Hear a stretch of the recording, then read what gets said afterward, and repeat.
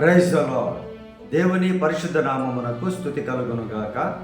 ఈ దిన కాలపు ఆశీర్వాదపు లేఖనం కీర్తన గ్రంథము 144వ కీర్తన 2వ వచనం. ఆయన నాకు కృపానిధి, నా కోట, నా దుర్గము, నన్ను తప్పించువాడు, నా కేడెము, నేను ఆశ్రయించువాడు. ప్రేమైనటువంటి దేవుని బిడ్డలారా, ఈ లోకములో కృపా కనికరములు రోజు రోజుకి మనుషుల మధ్యలో తగ్గిపోతూ ఉన్నాయి. కానీ సర్వసృష్టికర్త అయినటువంటి దేవుడు యేసయ్య కృపా నిధి. అది తరిగిపోయేటువంటి నిధి కానే కాదు. ఆయన కృప నీ మీద ఎల్లప్పుడూ ఉంటుంది. ఆయన నీకు కోటగా ఉంటారు. ఆయన నిన్ను తప్పించేటువంటి దేవుడు. ప్రియ దేవుని బిడ్డ, ఎన్ని అపాయాల నుండి నువ్వు తప్పించుకున్నావో, ఎన్ని శ్రమల నుండి నువ్వు తప్పించబడ్డావో, ఎన్ని ఆపదల నుండి నువ్వు తప్పించబడ్డావో, అది నీ టాలెంట్ కాదు, వేరేది ఏది కాదు. ప్రియ దేవుని బిడ్డ, ఇది కేవలము యేసయ్య యొక్క కృప మాత్రమే. ఆయన కృపా నిధి కోటగా ఉండి, ఆయన నీకు దుర్గముగా ఉండి కాపాడుచూ ఉన్నాడు. మరి ఆయన ఇవన్నీ చేయాలి అని అంటే నీవు ప్రభువుకి ఇష్టమైనటువంటి బిడ్డగా, దేవుని యందు భయభక్తులు కలిగినటువంటి, ఆయన ఆజ్ఞలు పాటించేటువంటి బిడ్డగా ఉండాలి.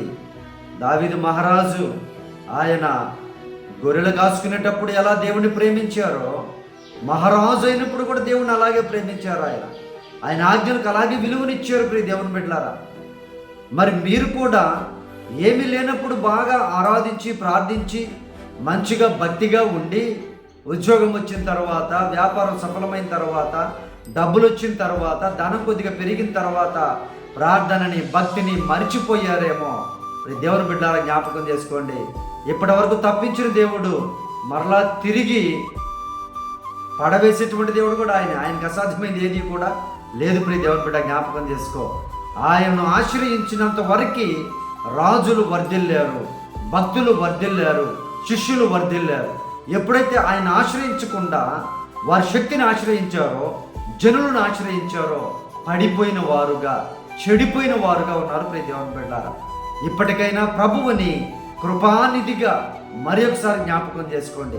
ఆయన్నే కోటగా ఉంచండి. ఆయన దుర్గములో మీరు ఉండండి. ప్రతి విషయంలో మిమ్మల్ని తప్పిస్తాడు ఆయన.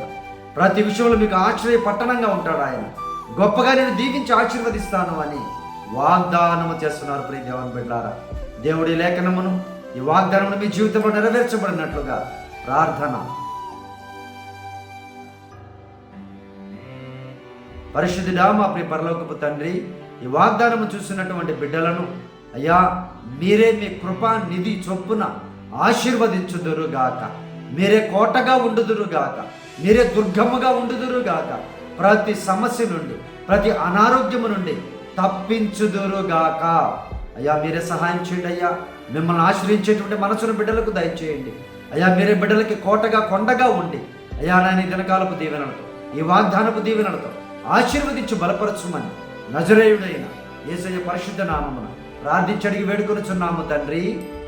ఆమేన్.